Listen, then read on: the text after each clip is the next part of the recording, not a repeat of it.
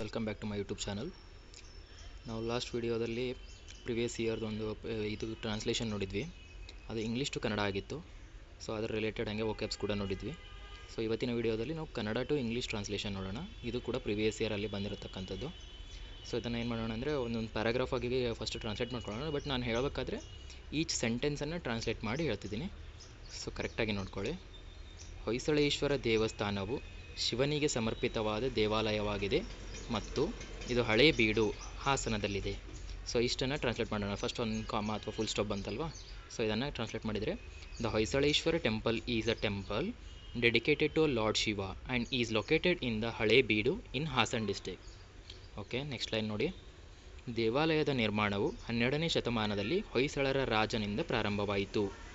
Okay, the construction of the temple was started in the 12th century by a Hoysala king. Okay, next. ಈ ದೇವಾಲಯವನ್ನು ನಂತರ 14ನೇ ಶತಮಾನದಲ್ಲಿ ಲೂಟಿ ಮಾಡಲಾಯಿತು ಮತ್ತು ಅದರ ನಂತರ ಅದು ಪಾಳು ಬಿದ್ದಿತು. ಪಾಳು ಬಿದ್ದಿತು ಅಂದರೆ ಹಾಳಾಯಿತು ಅಂತ ಅರ್ಥ. Okay, the temple was later looted ಅಂತಂದರೆ ಲೂಟಿ ಮಾಡಲಾಯಿತು. In the 14th century and after which it fell into ruins ಅಂದರೆ ಪಾಳು ಬಿದ್ದಿತು. ಪ್ರಸಿದ್ಧ ದೇವಾಲಯವನ್ನು ನಿರ್ಮಿಸಿದ ರಾಜ ವಿಷ್ಣುವರ್ಧನ ಹೊಯ್ಸಳೇಶ್ವರನಿಂದ ತನ್ನ ಹೆಸರನ್ನು ಪಡೆದುಕೊಂಡಿದೆ ಎಂದು ತಿಳಿದಿದೆ. ಅಂದರೆ ಅದಕ್ಕೆ ಹೆಸರು ಹೊಯ್ಸಳೇಶ್ವರ ದೇವಸ್ಥಾನ ಅಂತ ಹೆಂಗೆ ಬಂತಂದರೆ ವಿಷ್ಣುವರ್ಧನ ಹೆಸರು, ಅದನ್ನು ಕಟ್ಟಿಸಿರೋ ವಿಷ್ಣುವರ್ಧನ ಅವನ ಹೆಸರಿಂದ ಬಂತಂತ. ಸೊ ಅದನ್ನು ಟ್ರಾನ್ಸ್ಲೇಷನ್ ಮಾಡಿದಾಗ, it is known that this famous temple got its name from the king Vishnuvardhana Hoysaleshwara who built the temple. ಇಷ್ಟು ಹೇಳಬೇಕು. ನೆಕ್ಸ್ಟು, ದೇವಾಲಯದ ನಿರ್ಮಾಣಕ್ಕೆ ಶೈವರಿಂದ ದೊಡ್ಡ ಪ್ರಮಾಣದ ಕೊಡುಗೆಯನ್ನು ಪಡೆಯಲಾಯಿತು.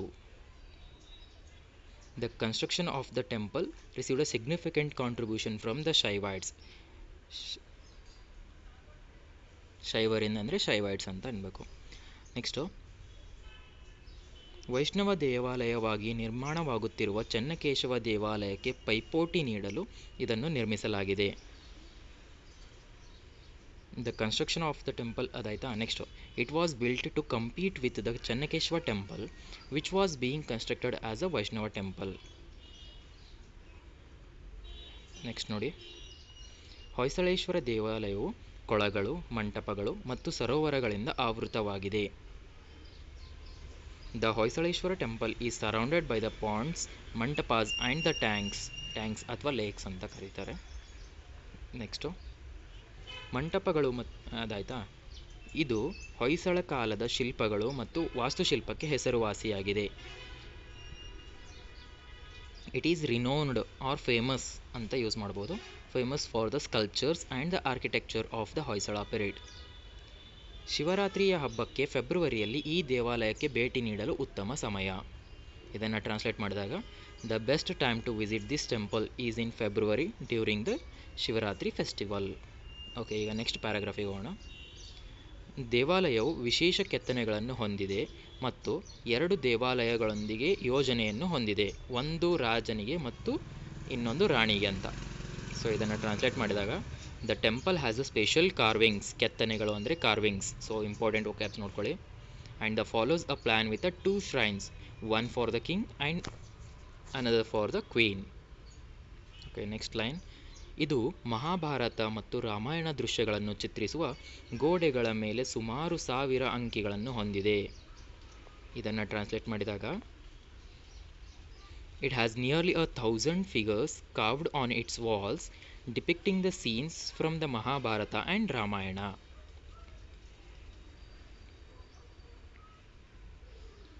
ನೆಕ್ಸ್ಟ್ ನೋಡಿ, ಇದು ಹೊಯ್ಸಳ ವಾಸ್ತುಶಿಲ್ಪವನ್ನು ಪ್ರತಿಬಿಂಬಿಸುತ್ತದೆ ಮತ್ತು ಸಾಬೂನು ಕಲ್ಲಿನಿಂದ ನಿರ್ಮಿಸಲಾಗಿದೆ. ಇದನ್ನು ಟ್ರಾನ್ಸ್ಲೇಟ್ ಮಾಡಿ. ಇಟ್ ರಿಫ್ಲೆಕ್ಟ್ಸ್ ಹೊಯ್ಸಳ ಆರ್ಕಿಟೆಕ್ಚರ್ ಅಂದರೆ ವಾಸ್ತುಶಿಲ್ಪ, and is built of soap stone. Next ನೋಡಿ,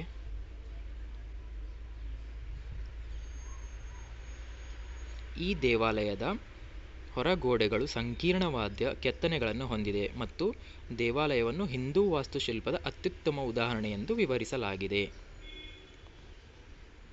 the outer wall of the temple are adorned with intricate carvings and the temple is described as one of the finest example ಅಥವಾ excellent example of the Hindus architecture ಅಂತ ಕರಿಬೋದು. Next ನೋಡಿ, ದೇವಾಲಯವು ಪ್ರವೇಶಕ್ಕಾಗಿ 4 ಮುಖಮಂಟಪಗಳನ್ನು ಹೊಂದಿದೆ ಮತ್ತು ಮುಖ್ಯ ದೇವಾಲಯವು ಪೂರ್ವಕ್ಕೆ ಮುಖ ಮಾಡಿದೆ. The temple has 4 entrance halls or mukhamantapas and the main shrine faces the east. ದೇವಾಲಯದ ಒಳಗೆ ಸೊಗಸಾದ ಶಿಲ್ಪಗಳು ಮತ್ತು ವರ್ಣಚಿತ್ರಗಳಿವೆ. ಅದನ್ನು ಟ್ರಾನ್ಸ್ಲೇಟ್ ಮಾಡಿದಾಗ there are the exquisite sculptures and paintings inside the temple ಅಂತ. ಸ್ಕಲ್ಪ್ಚರ್ಸ್ ಅಂತಂದರೆ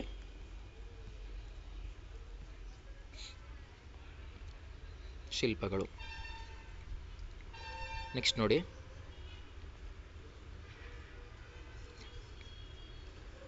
ದೇವಾಲಯದ ಪ್ರವೇಶ ದ್ವಾರದಲ್ಲಿ ನರ್ತಿಸುವ ಗಣೇಶನ ಚಿತ್ರವಿದೆ. ಅದನ್ನು ಟ್ರಾನ್ಸ್ಲೇಟ್ ಮಾಡಿದಾಗ at the entrance of the temple there is an image of dancing Lord Ganesha or Ganesha ಅಷ್ಟೇ ಅಂದರೆ ಓಕೆ. ನೆಕ್ಸ್ಟ್ ನೋಡಿ, ದೇವಾಲಯದಲ್ಲಿ 240ಕ್ಕೂ ಹೆಚ್ಚು ಚಿತ್ರಗಳಿವೆ ಮತ್ತು ಯಾವುದೇ ದೇವಾಲಯದಲ್ಲಿ ಇಷ್ಟು ಸಂಕೀರ್ಣವಾದ ಶಿಲ್ಪಗಳು ಇಲ್ಲ. The temple has a more than 240 sculptures and no other temple has a such intricate carvings. ಓಕೆನಾ. ನೆಕ್ಸ್ಟ್ ನೋಡಿ, ನಂದಿ ಮಂಟಪವು ದೇವಾಲಯದ ಮುಂಭಾಗದಲ್ಲಿದೆ. ಇದು ಕಲ್ಲಿನ ಆಭರಣದಿಂದ ಸಮೃದ್ಧವಾಗಿ ಅಲಂಕರಿಸಲ್ಪಟ್ಟ ದೊಡ್ಡ ನಂದಿಯನ್ನು ಹೊಂದಿದೆ. ಇದು ತುಂಬ ಇಂಪಾರ್ಟೆಂಟು ನೋಡಿ.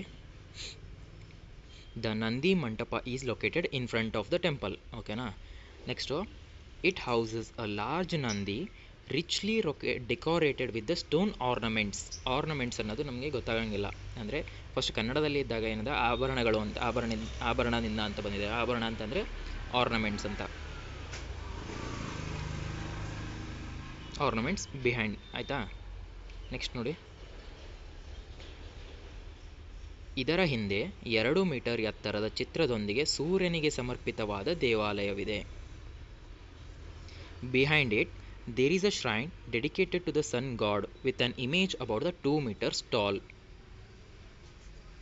ದೇವಾಲಯದ ಒಳಗೆ ಸುಂದರವಾದ ಕೆತ್ತನೆಗಳೂ ಸಹ ಕಾಣಬಹುದು. ಅತ್ಯಂತ ಗಮನಾರ್ಹ ವಿಶಿಷ್ಟವೆಂದರೆ ಹೆಚ್ಚು ಹೊಳಪು ತಿರುಗಿದ ಕಂಬಗಳು. ಅದನ್ನು ಟ್ರಾನ್ಸ್ಲೇಷನ್ ಮಾಡಿ.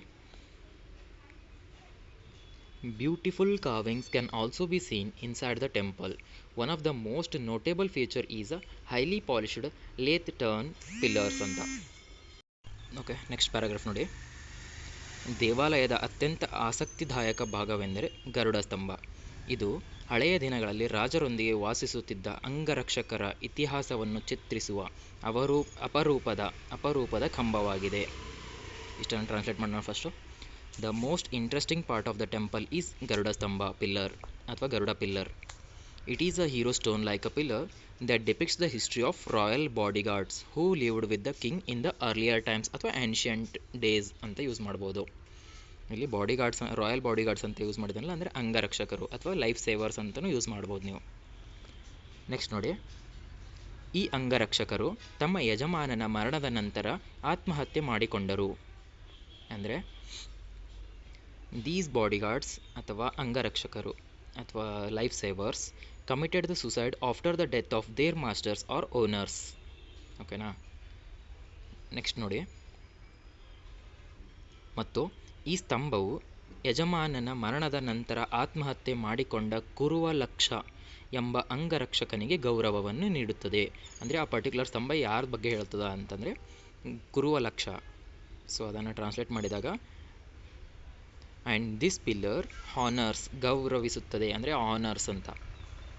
This pillar honours a bodyguard named Kuruvalaksha who sacrificed his life after his master's death ಅಥವಾ who committed a suicide after his master's death ಅಂತಲೂ ಯೂಸ್ ಮಾಡ್ಬೋದು. ಓಕೆ, ಲಾಸ್ಟ್ ನೋಡಿ, ಸ್ತಂಭದ ಮೇಲೆ ಘಟನೆಯನ್ನು ವಿವರವಾಗಿ ನಿರೂಪಿಸಲಾಗಿದೆ. ಅಂದರೆ the event is described in detail on the pillar ಅಂತ. ಓಕೆ, ಲಾಸ್ಟ್ ಲೈನ್ ನೋಡಿ, ಈ ದೇವಾಲಯವನ್ನು ಯುನೆಸ್ಕೋ ಪಾರಂಪರಿಕ ತಾಣವೆಂದು ಪಟ್ಟಿ ಮಾಡಲಾಗಿದೆ.